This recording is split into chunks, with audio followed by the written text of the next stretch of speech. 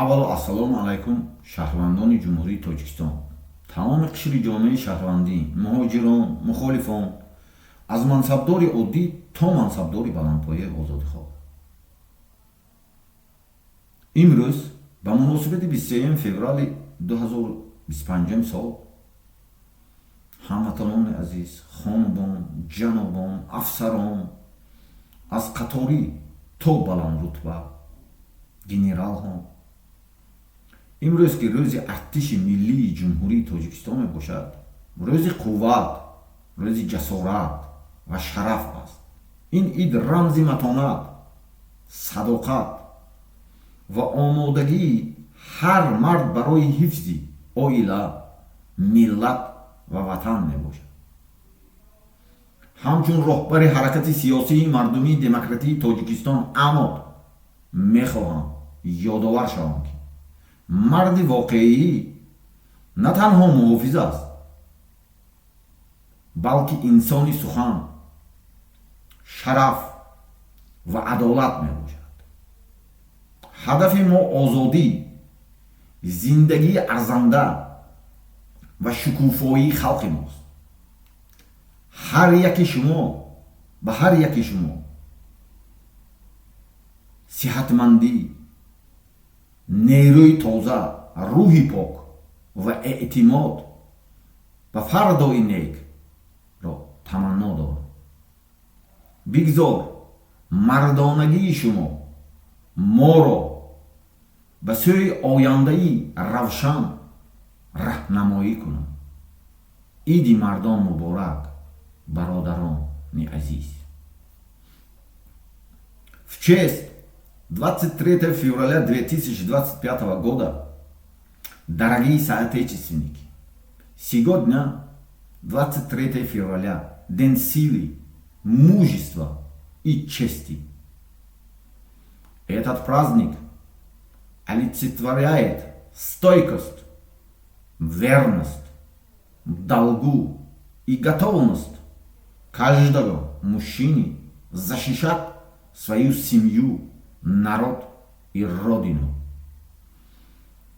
Как лидер политической народной демократической движения Таджикистана Амод, я хочу напомнить, настоящий мужчина – это не просто защитник, но и человек слова, чести и справедливости. Наша цель – свобода, достойная жизнь и процветание нашего народа. Желаю каждому из вас крепкого здоровья, силы духа и уверенности в завтрашнем дне. Пусть ваше мужество ведет нас к светлому будущему. С праздником, братья! Congratulatory speech on February 23, 2025. Dear compatriots, today, February 23, is a day of strength, courage, and honor. This holiday symbolizes resilience, loyalty, and every man's readiness to protect his family, nation, and homeland. As a founder and leader of political People's Democratic Movement of Tajikistan, Amod, I want to remit you. A true man is not just a defender, but also a person of his word, honor, and justice.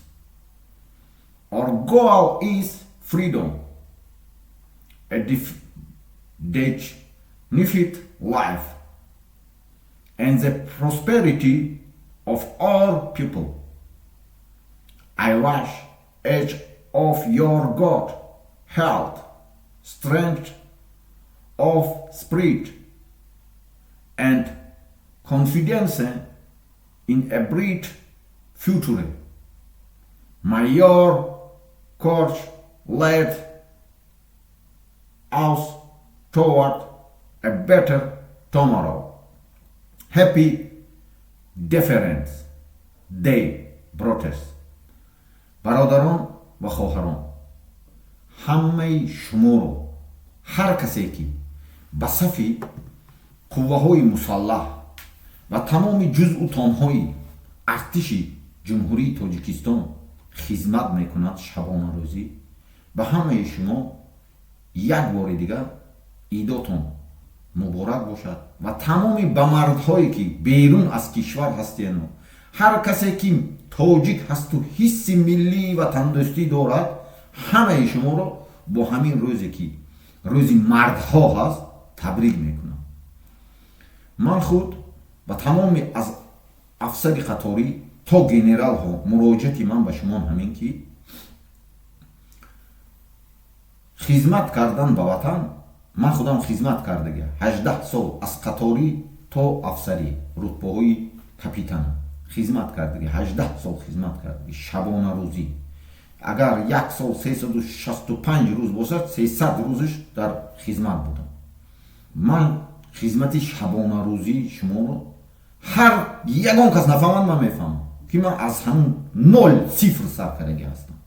بنابراین من همه شما حرمت میکنم، اعتراف میکنم. خدمت کردن به مادر وطن، امنیت، این در مد اول نیستند. امنیت تاجیکستان در مد اول نیست.